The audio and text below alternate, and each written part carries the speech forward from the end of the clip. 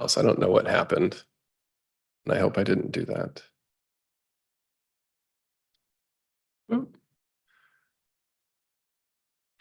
Thank you. Appreciate that support. We also asked, where did you stay last night? And the vast majority of folks are staying in places not meant for human habitation. There were a few people that were staying in shelter where they had been in a different shelter. So some of our folks that were experiencing homelessness here in Wyandotte County had to go to a different community to access shelter. And then on the nights that we were open, came back to Wyandotte County to access shelter here. So there were some of that. Some people were staying with family and friends and were unable to return to that evening that they showed up. The biggest piece that or not the biggest, but the most concerning part is that a lot of folks are getting discharged from hospital. And many times they're showing up to us with higher levels of care needs than we were able to provide. And it's trying to navigate what those pieces look like.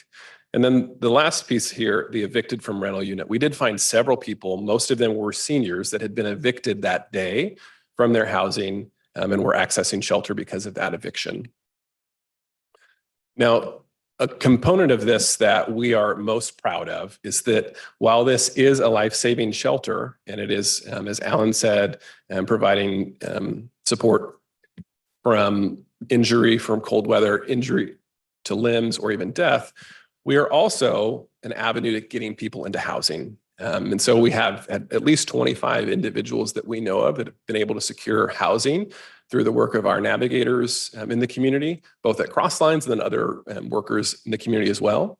And that all guests that were coming to the shelter were able to connect to supportive services of some kind if they were interested. That was voluntary. We didn't require someone to be connected to those services, but that was available.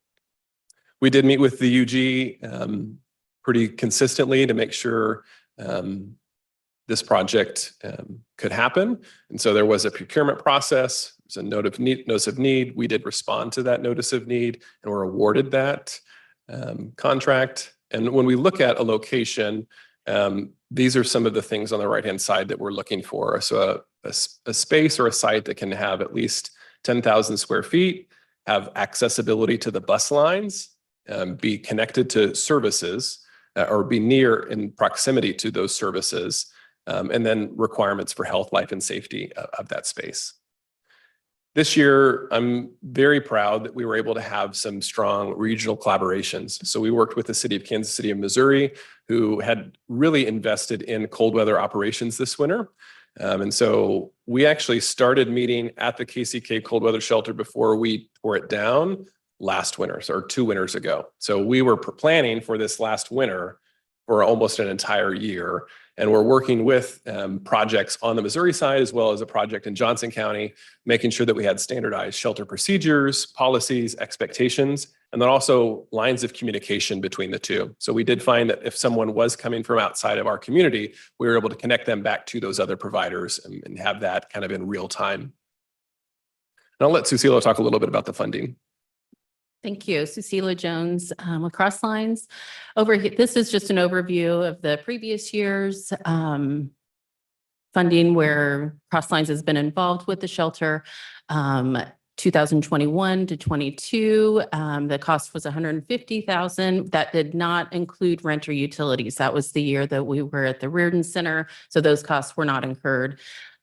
2 seasons ago was $210,000. Both of those years were covered primarily by CARES dollars, and so were not available for us going to this season. Thanks to the staff of the UG, specifically Yvette, to really hone in on what dollars could be used, and through the budgetary process. This year, we were granted $150,000 for the project. CDBG dollars covered 85, 65 was allocated through general funds.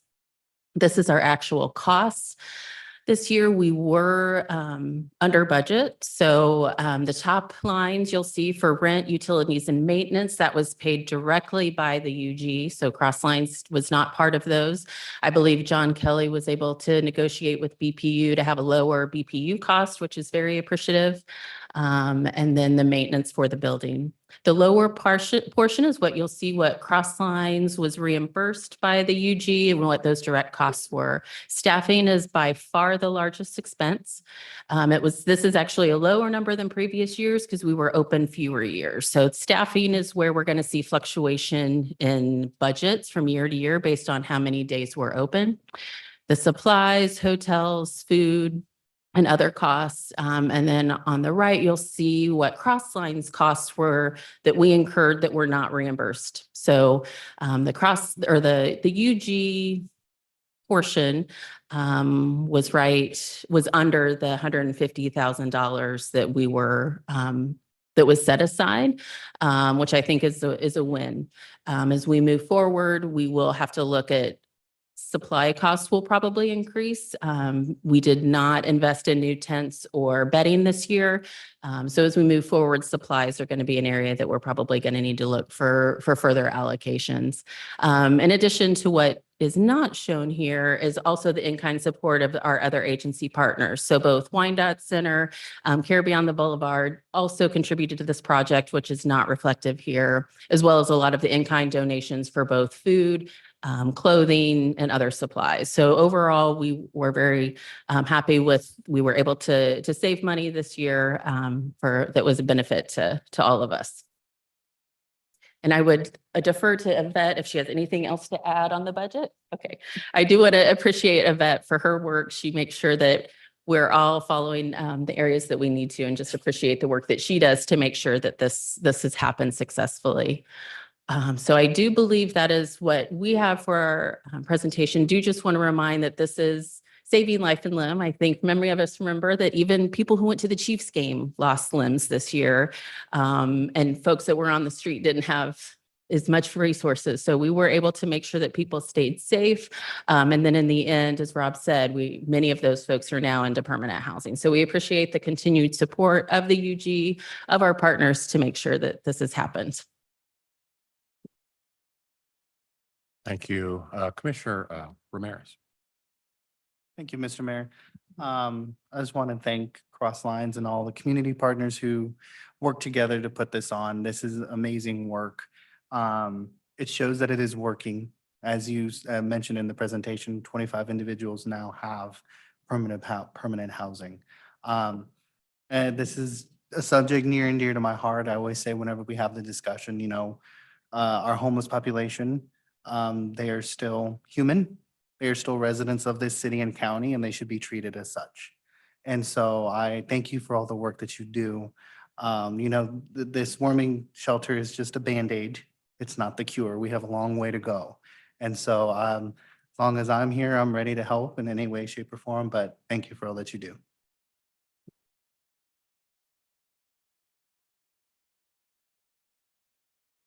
Commissioner Hill. Thank you, Mayor. I just want to say thank you also. I had a chance to visit your cold weather shelter this winter, and that was clean. I could just tell it was very well organized. Appreciate what you and the other volunteer organizations, as well as community members, are doing to help those that are less fortunate than ourselves. Thank you for your work. Thank you, Commissioner Burns. There's two other of us that are new on the commission, and you didn't give an address of where you're talking about. Yeah, I can answer that. We were at 550 State Avenue for the last 2 winters. Okay. And are there adjoining neighbors around there?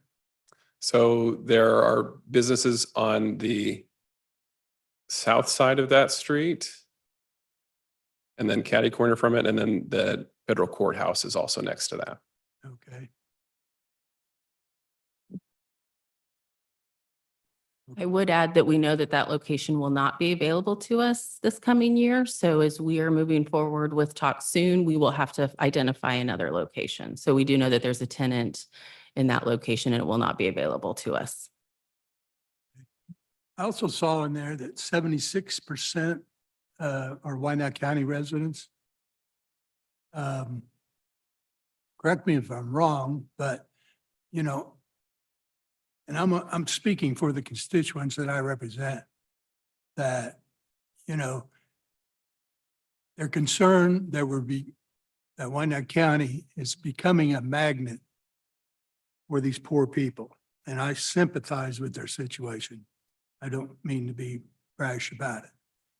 But there is a concern that, you know, the more we help, the more are coming. And I just want to know your opinion about that.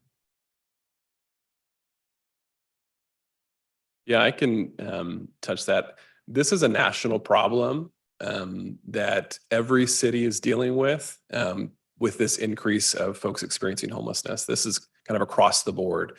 And so to that point, if we know someone is coming from out of our community, our hope is to get them connected back to that other place. And so there were at least 4 or 5 different individuals that we sent we gave bus tickets to go back to their home community of origin.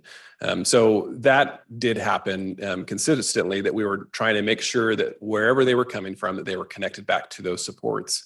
But we have not seen necessarily that Kansas City is becoming a magnet. We're finding that people are falling into homelessness here locally, and is the biggest challenge.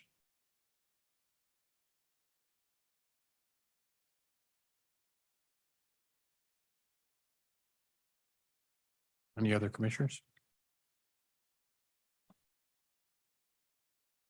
Okay, Mayor, can I say one more thing? Yeah. We are planning to do a bus tour on, I believe, June 21st. So we are inviting all of you. I'll send information to you later this week, but also legislators. We're inviting them to do this lunch and learn tour. We've been working with United Community Services out of Johnson County. They've been doing kind of these bus tours all around the state, and they've decided they wanted to come here to Wyandotte County. We think it's a great idea.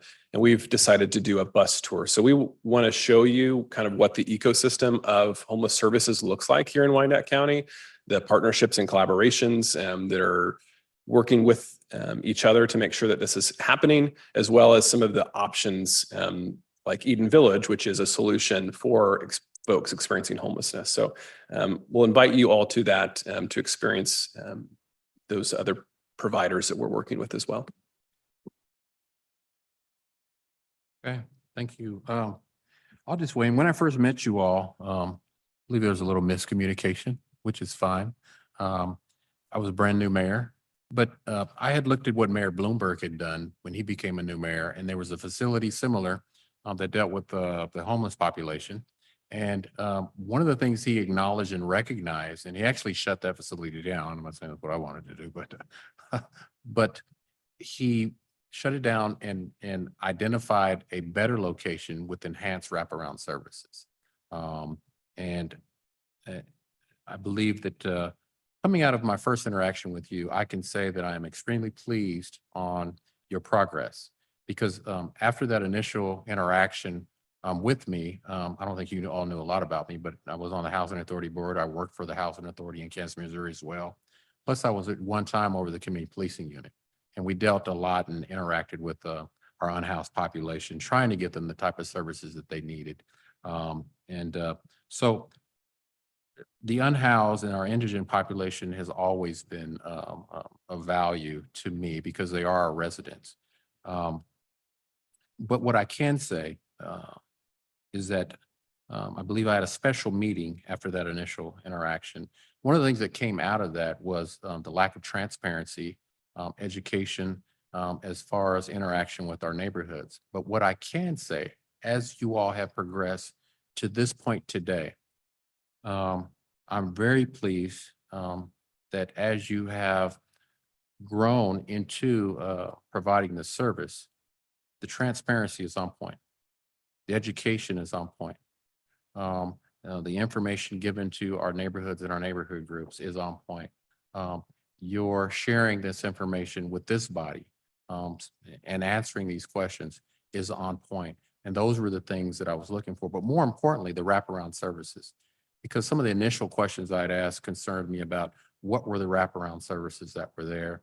And my concern wasn't so much for the service you provided as opposed to making sure it was the right service provided to our residents to make sure that they had the right wraparound services in that facility. And I think it was a learning experience for myself as well as for you all. And I'm glad to see that you all have partnered to make sure the best you can with limited resources and limited funds to try and provide those wraparound services for that population. The collaboration is really on point. And thank you for being involved in the task force. That's even more important because I think those relationships have been key as well. These are questions and I'll go through them, but is there any process for determining the an assessment needs of these individuals as, okay, number one, what are their needs? So you can stabilize them. That's something I learned when I went to San Antonio and looked at their facility. And then what services are you looking at or do you provide to stabilize them? And then the biggest determining factor is, do you all look at why they're homeless in the first place? And why that's so important is because I think it's incumbent on all of us to try and find out how these individuals got in the situation they're in, and then trying to get them from some point of poverty to self-sustainability. And so that's the first question.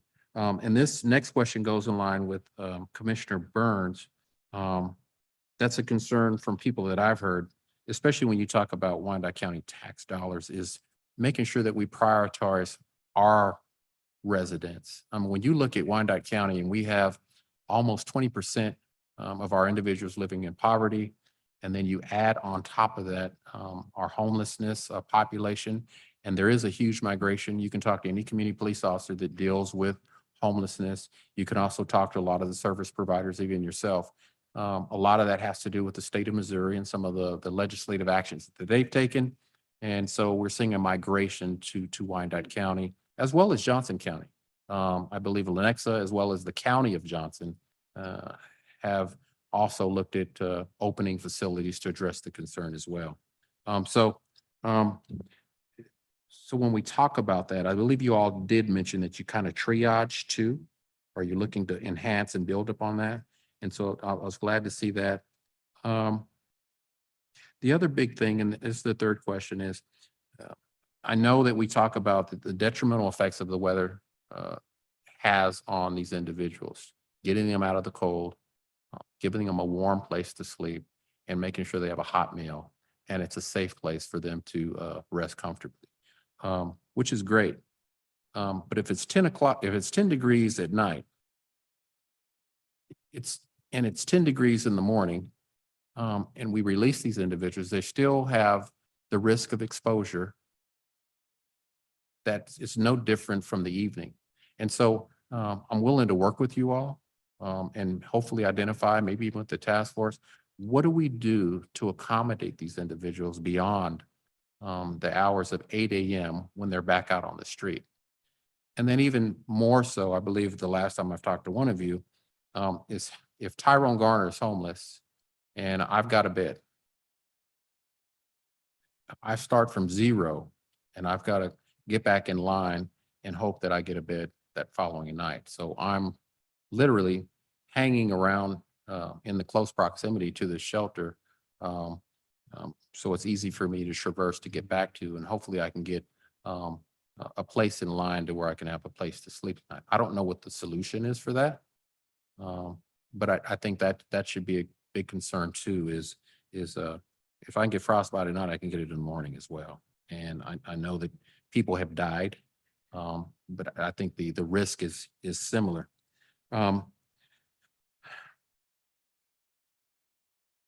One of the things that I believe that you all know, and I believe in commissioners know and staff, and this is for the general public, one of the things that I'll be recommending is an enhanced Willa Gill Center as we look for a move that will improve the services provided by Willa Gill, and also hopefully enhance the services to have improved wraparound services to provide all those things that I'm talking about.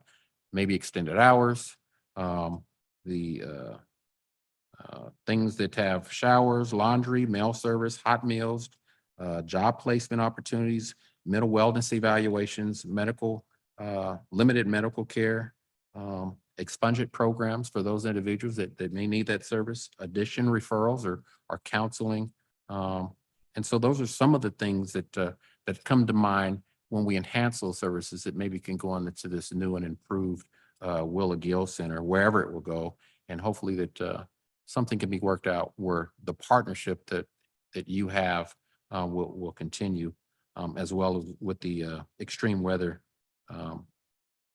facility. I know that funding is always an issue. And it's no secret to this commission and to our staff and probably a lot of our residents that I believe this is a beneficial service of the unified government, but it is not, in my opinion, an essential service of the unified government. When you talk about what are the basic essential services that most municipalities are required to provide to the public. I believe that one of the goals, and I know that I heard that yesterday in our meeting, is that we want to make sure that we're getting these individuals from some level of poverty to self-sustainability. So the goal should always be, if I was a non-for-profit servicing this population, to eventually service myself out of a job, because we're getting close to, as we can, to 100% self-sufficiency of the population that we have. And I don't know if that's a goal, but I ask that, all our social service agents that really assist these individuals at least work towards that end. When you talk about funding, one of the recommendations I've given to some of our commissioners and to our administrator is looking at casino funds and dedicating it to help with the sustainability of the facility, a potential sales tax. I know I mentioned that to the 4 core group, recommended it. It was partially accepted, but not fully, but a bi-state sales tax that could really service and provide the financial resources to most of the counties within the Kansas City metropolitan area. And so those are just some of the ideas that I'm thinking, and any ideas that you can think of, because we want to make sure that if we're going to have these facilities, that they can be sustainable for the long run, because we are talking about people's lives. I did also talk about philanthropic type of program that maybe we call it Dot Cares, and where we can have the type of programming and events to allow residents, churches, corporations to pour money into a fund that can be directly allocated to the services that you talked about for your facility. I was glad to see you talk about housing and the transitional aspect of that, because that is really key. It is a problem nationally. I believe I mentioned that to you all yesterday. I've talked to several mayors, and it's not just an isolated problem here in Wyandotte County, the KC Metro. It is a national problem. And the problem with that problem is nobody that I've talked to in DC appears to have a solution that is viable and sustainable, that really gets us to the goal of mitigating this crisis in a way that really you can say, okay, we have gauged significant success. Different communities have tried different things. I believe that some have been successful at managing it, so it's not as problematic, but it's still a problem, and just as it is for us. I just want to say that I thank you for your service. Just know that me and my staff, and I believe this commission and the staff here at the Unified Government, and a lot of good folks in this community, we do care about our people, and we are willing to help, but we want to do so in a way that's responsible, as well as fiscally responsible, in a way that hopefully we're meeting the needs of our residents with the ultimate goal of getting them to some level of self-sufficiency. And so that's all I had to say, but thank you for your presentation.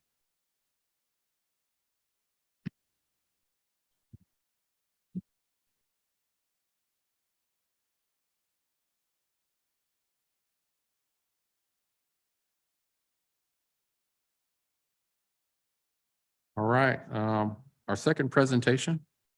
Yes.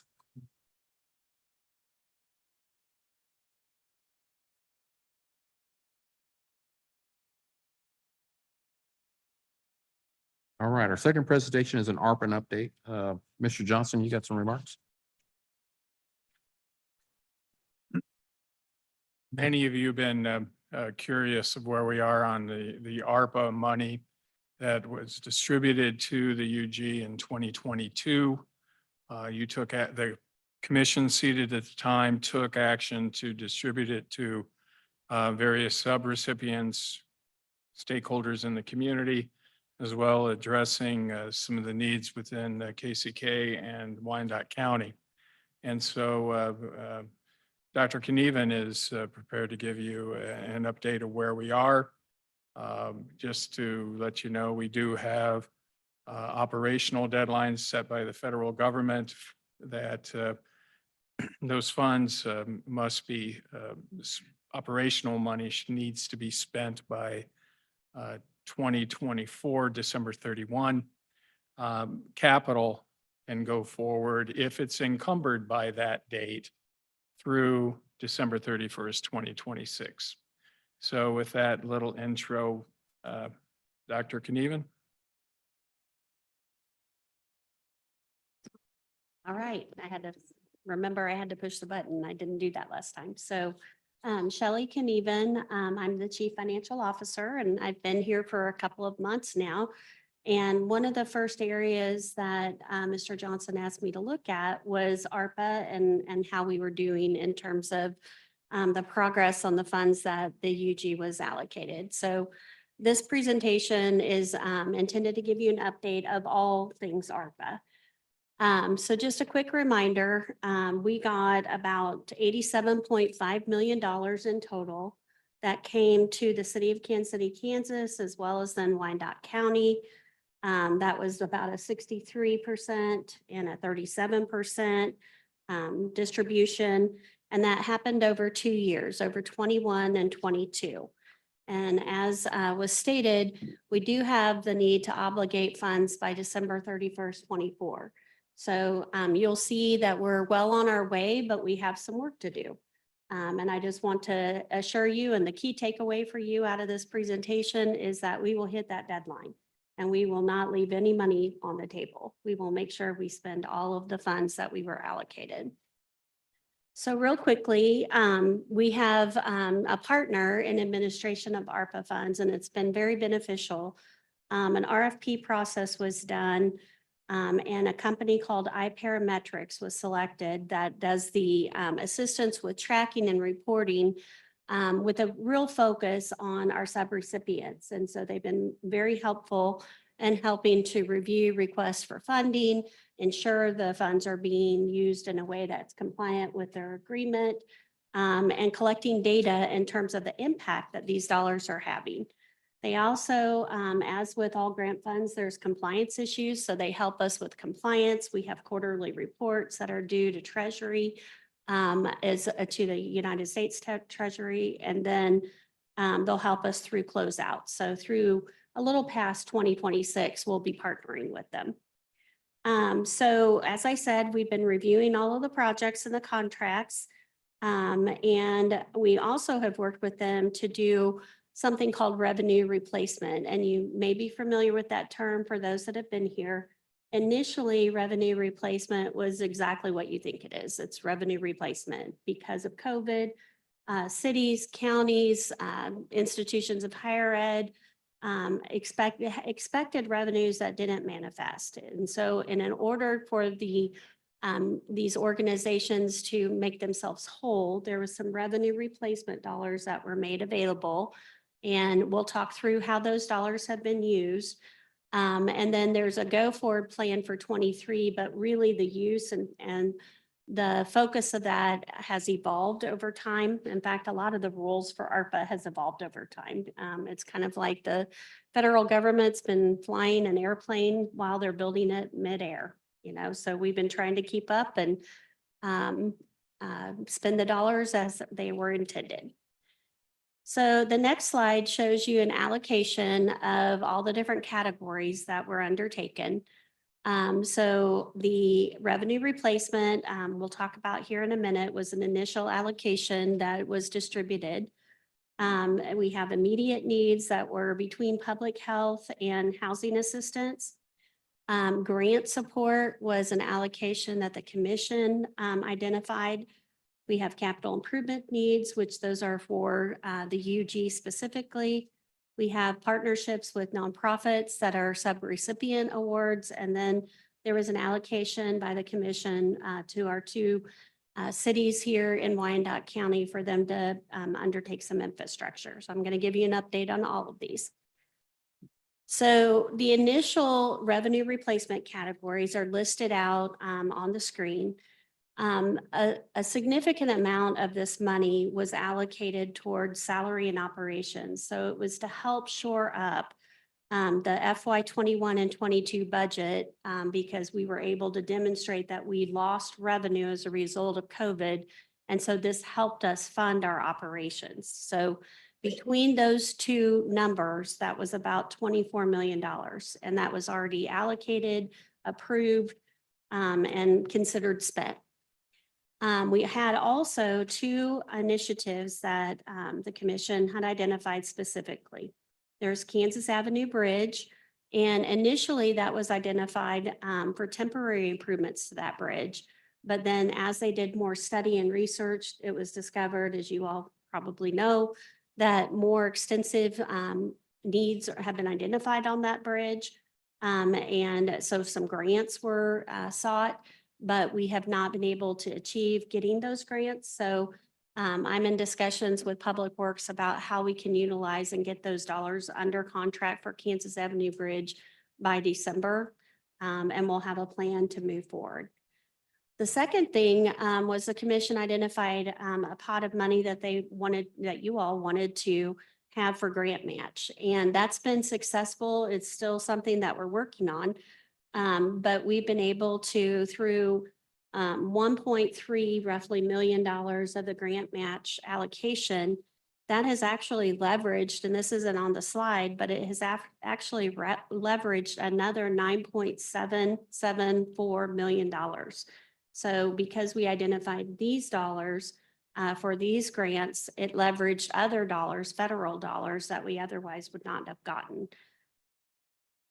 For the immediate needs category, and this is an area at the top on public health where we have some work to do. So originally we had about 2.2 million for Kansas City, Kansas, and about 11.2 for Wyandotte County. So between the two of them, about $13 million identified as public health needs. And examples were a variety of different kinds of testing.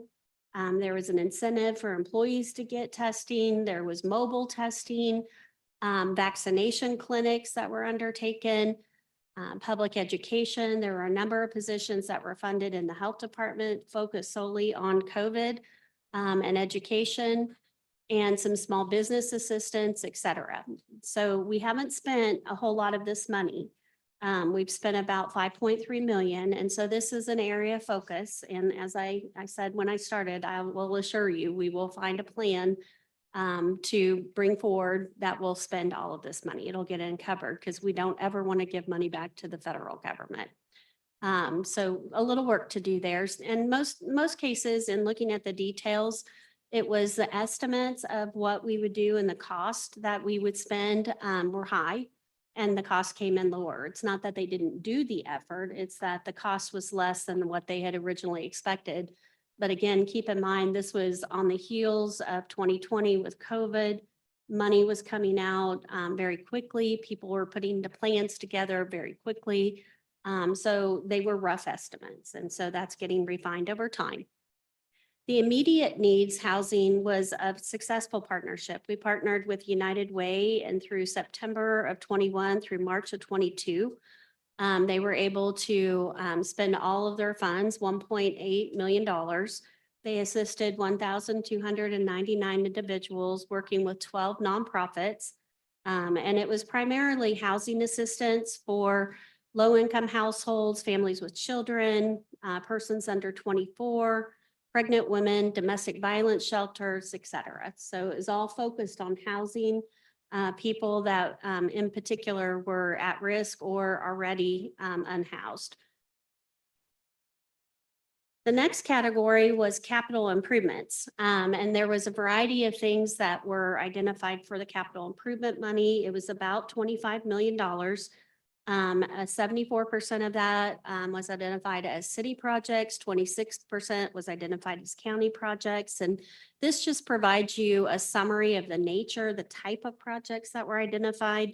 You can see that we had 5 HVAC projects, which as we've gotten into those, they're all HVAC projects, but they've also included some energy efficiency improvements. For example, at one of the rec centers, there's air conditioning units that's being replaced in the basketball court, and they need to replace the windows in that area as well.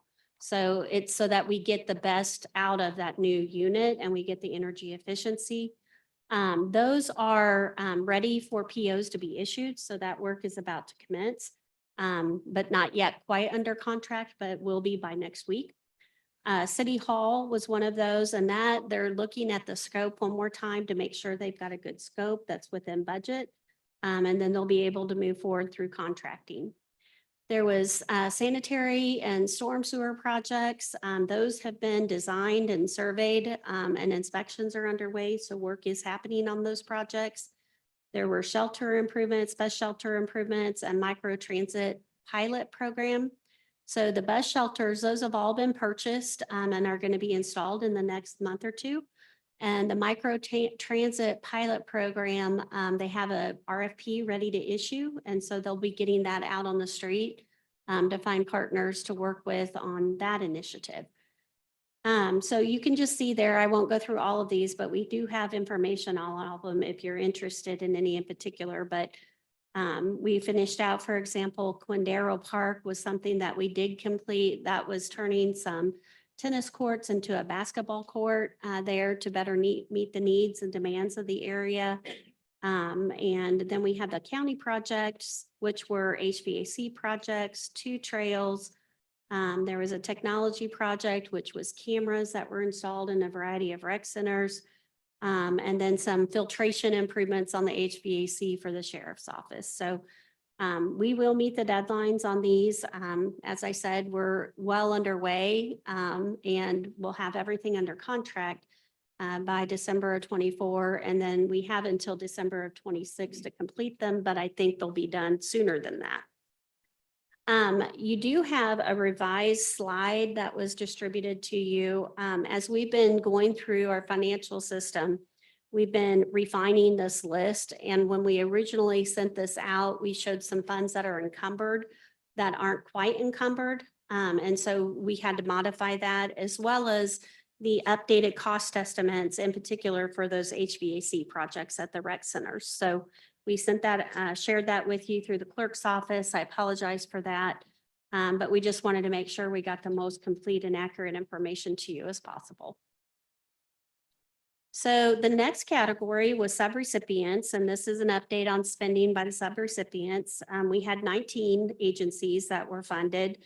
And all of these funds also have to be and these are a little bit more aggressive. They have to, by contract, be expended, not just encumbered, but expended by December of 24, unless an exception's been granted. And we did have 2 or 3 that we had an exception that was granted for KU, the Argentine Betterment Council, and the Young Women's on the Move initiatives. So those are through their different dates. One's through December of 25, one's through July of 25, and one's through 26. So all of them, though, are on track to spend their money and move forward. So we thought what would be important is not just to tell you the numbers, but to tell you the impact of what these dollars are doing and have done. I randomly just picked 3. They happen to be 3. In my head, they were alphabetical, but they're actually not. But it was how it was how our consultant had ordered their report. The first one was the Kansas City Metropolitan Lutheran Ministry. This was one that we had authorized 200,000. They've spent about half of that to date, and you can see the numbers there in terms of how many people that they've been able to help and how many thousands of households they were able to help with food, transportation, and furniture. So this was primarily around the unhoused assistance program, the wraparound services that the mayor just spoke about. That's what they were focused on. So the next one is El Centro, which is an important partner of the UG and in our community. And their initiative was a little different. This was all about workforce skills building to help people get jobs and help people understand be more literate about financial matters, how to set up a bank account, how to balance a bank account, those sorts of things. And so they had originally 500,000. They've spent about 157, but in that time and in that amount of money, they've helped 1,556 people through their different programs. So as we get to the next 6 months, you can imagine, because we'll be working very closely with them on the strategy to get that money spent, how many more thousands of people that they're going to be able to assist in the coming months. The next one as a highlight was Catholic Charities of Northeast Kansas. And this was also, it just ironically was kind of a little different type of initiatives that are showcased here. But this was to renovate a classroom and also to have 2 rooms converted to be ADA compliant. And so that was something that was done. They've completed 100% of their work. And that has benefited 37 individuals since the work's been completed. So when you think about 2 rooms, 37 people, that's pretty good high impact, even though it's a small number. So there's a report attached to this presentation. And if you go through that report and you add all of the people that have been assisted to date, not including the United Way that I had mentioned before, it's almost 29,000 people that have been assisted with these ARPA funds over the last year to year and a half through housing assistance, food assistance, job training, renovation of homes, or of shelter spaces to be ADA compliant. So it's pretty remarkable how much this has helped these agencies assist people. So another category was to allocate some funds to the communities of Bonner Springs and Edwardsville. And we've worked closely with both of those communities to identify the infrastructure projects that they wanted to pursue. So for Bonner Springs, they're doing a water main and fire hydrants that are along those corridors. They've actually finished their design and they're bidding the project next month. So that work will be underway and we'll meet that, not just the encumbrance by December of 24, but they expect the actual work will be done by December. And then Edwardsville is doing some construction as well. They're doing some pre-construction regarding a new governmental facility, city hall type facility, and then also a sidewalks initiative throughout the community on 104th Street. So they're also in the process of design and construction. And so we have confidence that those projects will get done too on time.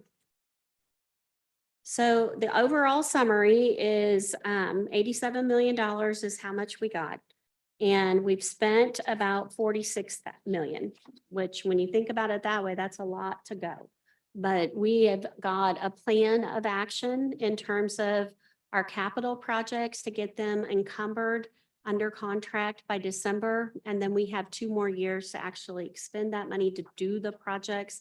But we're proceeding aggressively to get those things done. We're not saying we want to wait until 26. It's that we're moving forward. So we have confidence that we'll be able to spend these dollars down. Like I said, we have some areas that we need to focus on and come up with some strategies in order to make sure that we can spend these monies, in particular in that public health category. And we've got meetings already scheduled to have those conversations to figure out, you know, what are the initiatives that are going on now? Did we capture all the cost? And what are some of the additional things that we might want to be able to do? And then we would bring that plan back to you all to consider. So with that, I'll stop and see if you have questions. Like I said, there's a couple of information items in your packet in terms of the overall allocations, as well as the detailed reports on the progress of our subrecipients is in your packet. So I'm glad to answer questions if you have any. Thank you, Commissioner. Thank you, Mr. Mayor. First question, the report, is it in our agenda packets? Okay, I'll have to check that. Thank you. The other question I had, you kind of touched on it towards the end, Doctor, was the immediate needs to public health, the ones that we dedicated to the public health department. During this time, ARPA was, the majority of the funds were we were during the time of COVID.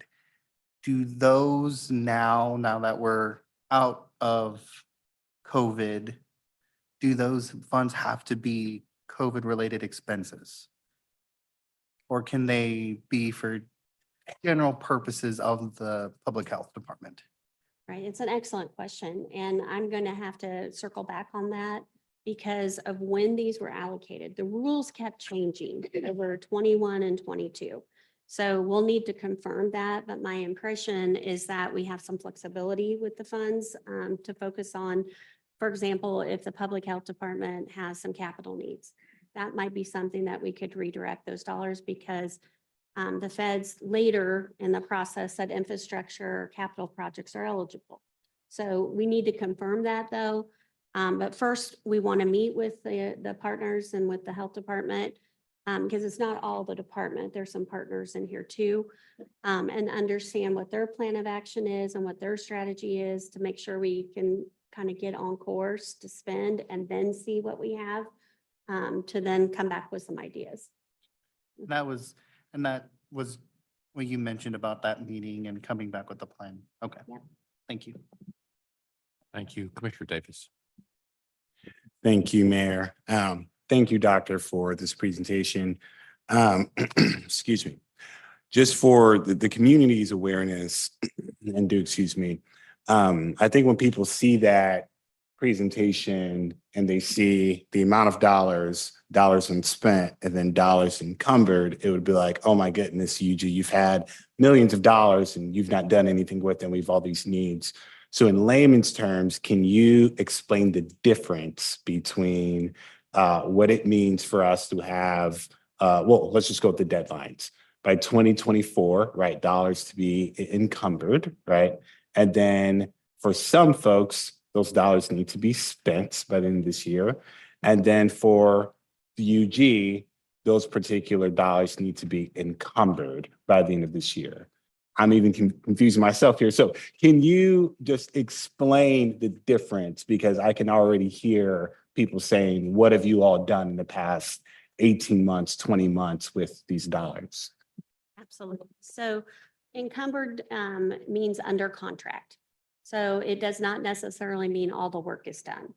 The requirement of the federal government is that all these dollars are under contract by December of 24, because remember, some of these dollars weren't even coming out until 22. So then in 23 was when a lot of the work started in terms of figuring out how to use the funds with the rules that were continuing to evolve. And then into 24. And then you're right that there is until December of 26, the federal government has allowed certain kinds of expenditures to continue through 26, but not if they're not under contract by this December. So as of this December, we would have all 87 million would either be under contract or spent. And then we would have a plan moving forward in terms of then spinning it down. So the best example might be a capital project. So our HVAC. There's been a lot of stuff done on the project because there's a lot of work that goes into it before you ever get to contract.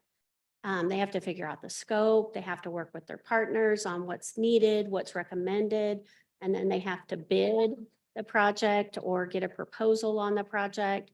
Then they get to the contracting step. So there's a lot of work that is occurring that the numbers don't tell you that story. But on a capital project, we have to have it under contract by December. And then we have up to December of 26, end of 26 to complete the project. So that's the most simple way.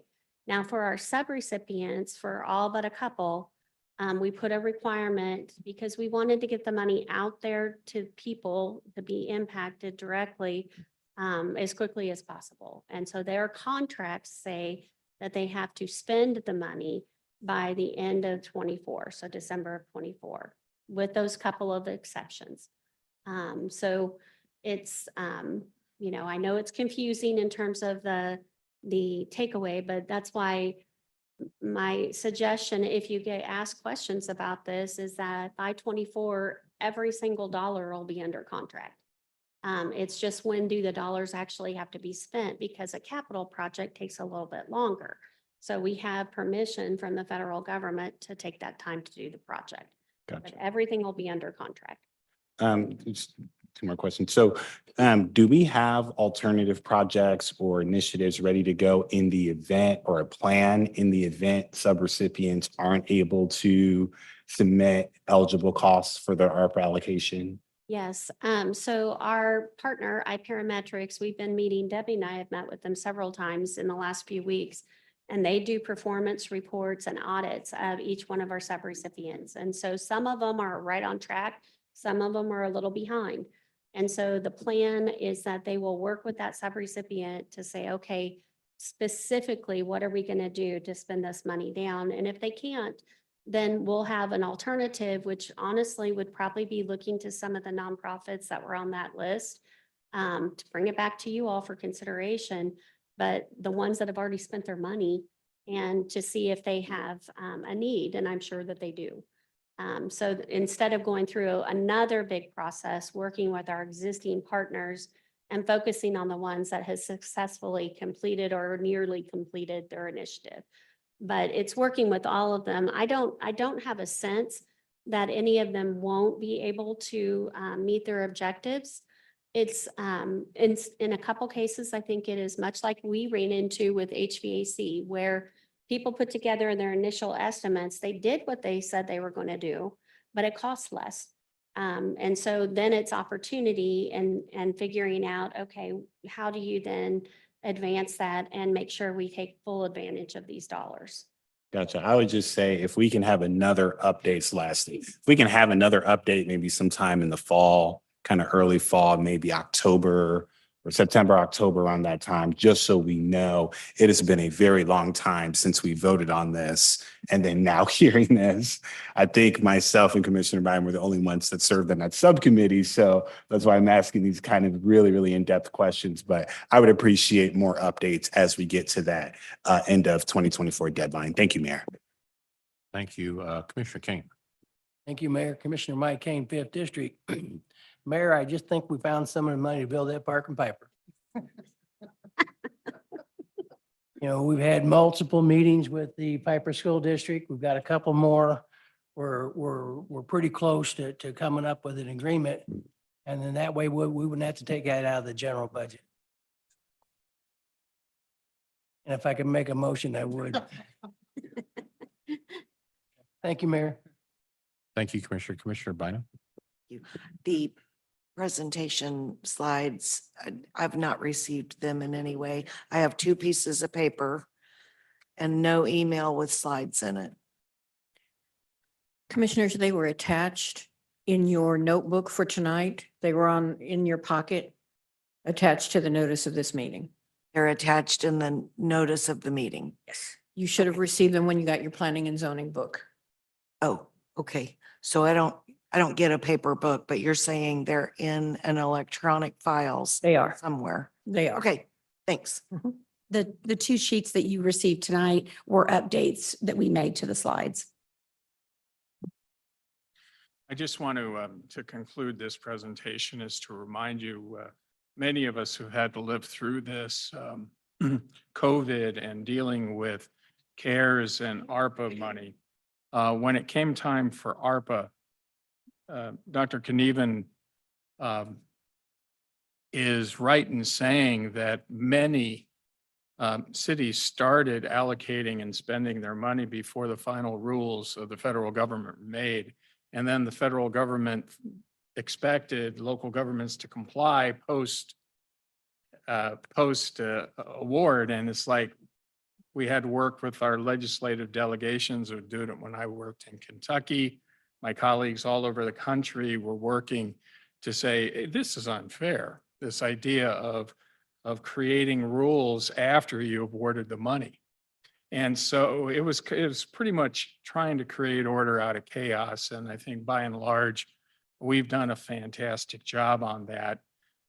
Some of our capital projects hadn't been started yet because some of the purchasing rules changed during the process. And so we had to have our departments readjust bid packets and things like that. They were ready to go, but at the time of the award. So some of that you'll see in the fall, better numbers, better catch up. But when you go to these, when we went to those workshops, we had federal folks come and say, local governments, please understand one thing. ARPA is a jobs bill. And so allowing us to keep revenue replacement because of revenue we lost due to deflated property during COVID, to lost sales tax revenue due to COVID, we were able to keep employees employed. The same thing with our subrecipients. To keep the services going into the community, we were allowed to provide them funding to respond to social services in the crisis, and sometimes related due to COVID-related issues, but it kept people employed. And the capital projects were to keep certain contractors employed during this crisis. Now, I think one of the things that we've all had to deal with since this started, I believe, in 2020 with CARES money, and then came ARPA money, many communities got spoiled with a significant amount of free cash and to deal with it. And then when President Biden, I believe it was last year, made the proclamation, the crisis is over, that was a strong message that the new federal funding is not coming. And for those who receive funding through CARES or through ARPA, you get spoiled and you enjoy this free money. And you're able to do more into your community because of this unexpected federal funding. Well, then it stopped and you have to get back to a new equilibrium. And in some not-for-profits who we worked with, some of our own departments, it's like, well, you're going to keep the ARPA funded programs when ARPA funding is gone. We're like, no, not really. And that was a hard reality for people to look at. But I think we need to focus on the benefits. Employees were able to be employed, whether in our government, whether not-for-profits, whether with contractors.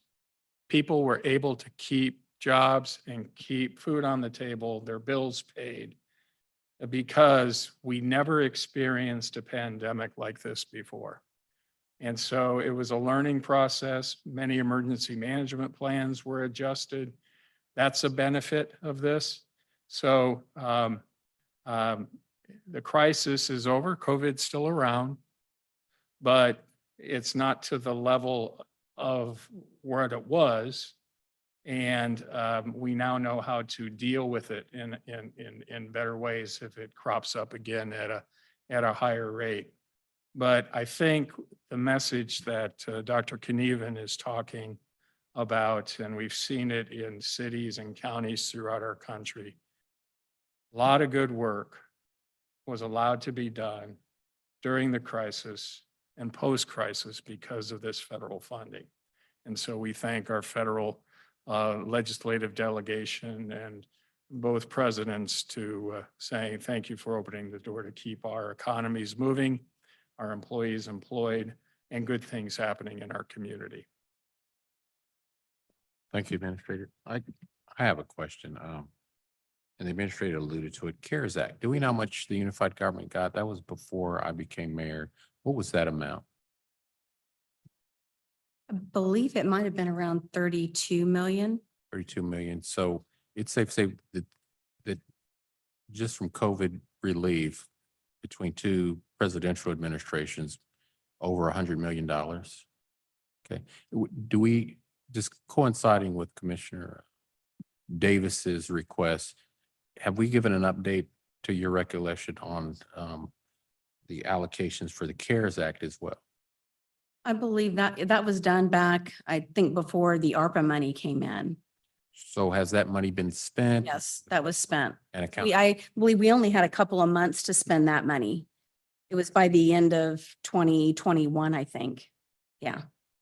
And then the last question, you mentioned that there may be some residual funds available.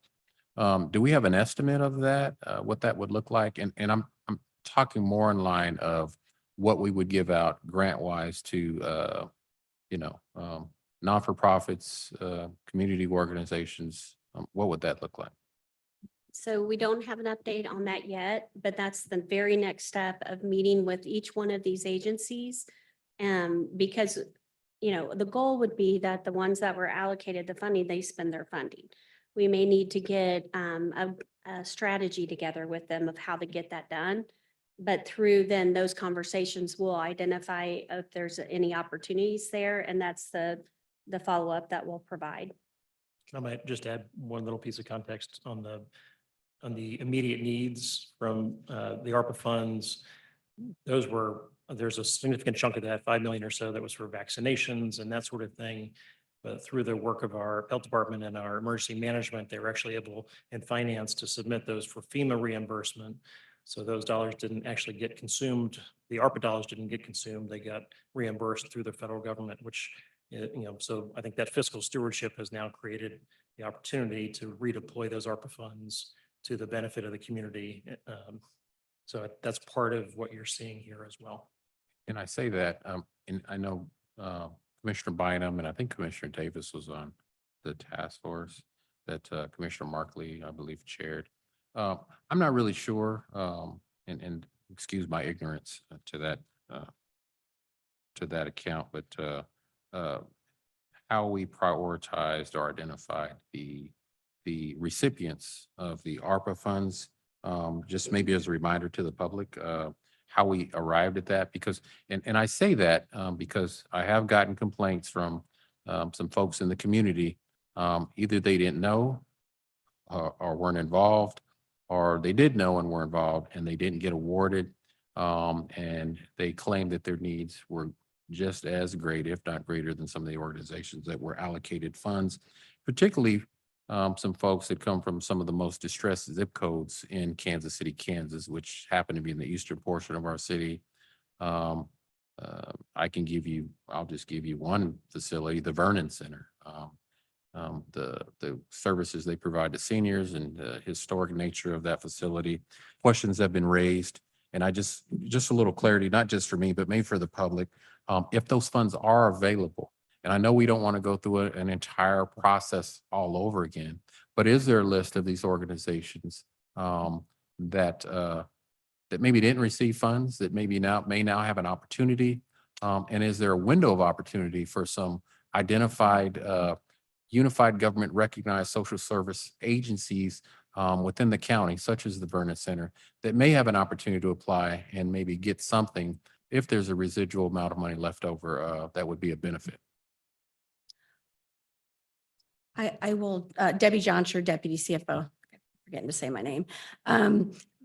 When they did put out an applications process, it was advertised, I think, on the website. We set up a specific ARPA website and gave a certain amount of time for applications. So we should have that information. The applications were reviewed by everyone on the committee. And then the committee determined which ones were going to get funding and which ones did not.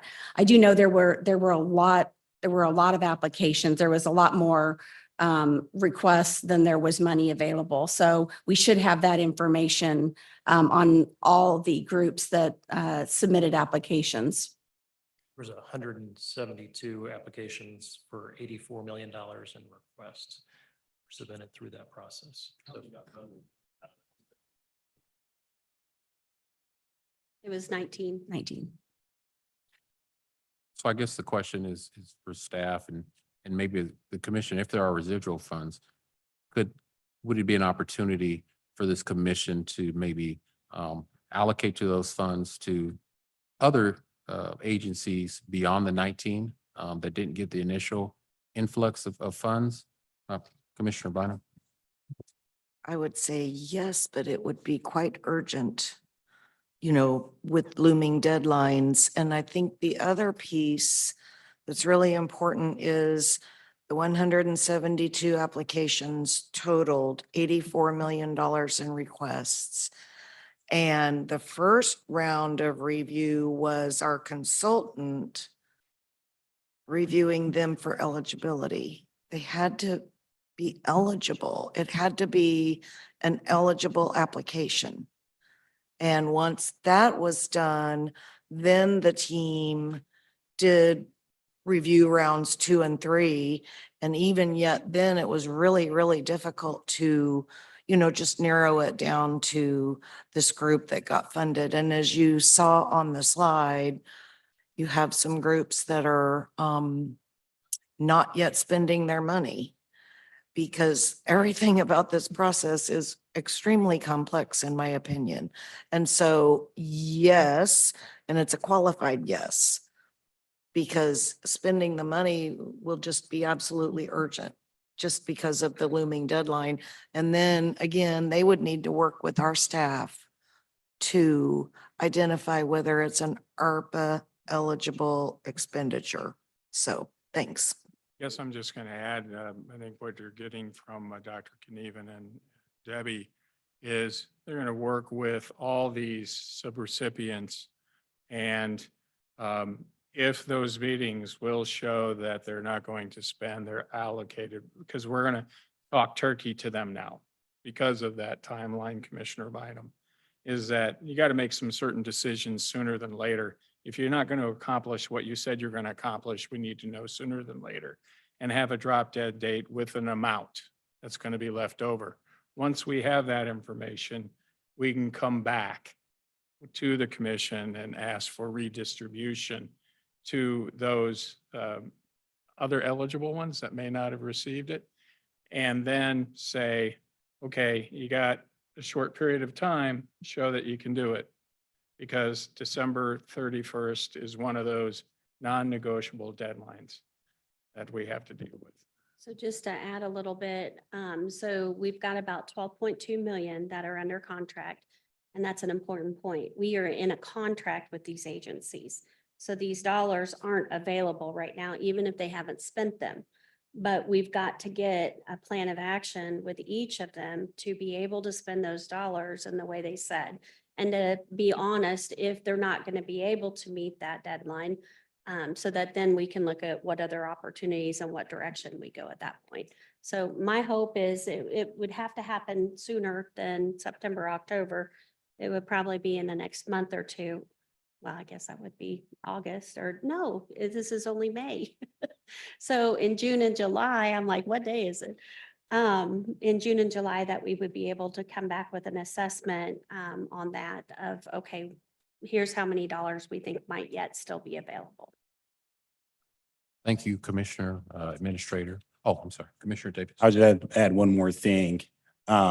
Really, really thankful for folks, because I know the numbers don't tell the whole story. I mean, if they were able to save money, and that means, and that's reflective of the numbers, they're to be commended. Our staff, the subrecipients, they're to be commended for that work. And so very thankful for those that were able to say, you know what, we thought we needed X, but we actually found ways to still get the work done for less. I mean, that's saving us dollars so that we can reallocate it towards other purposes. So very thankful for that.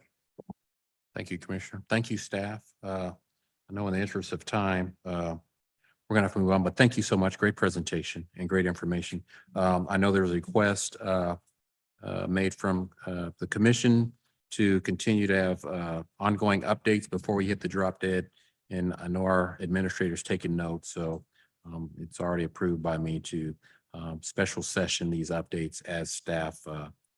It's convenient for staff to do so. So, all right, thank you. At this time, the commission will go into executive session regarding litigation. Do we have a motion for executive session? So move. Second.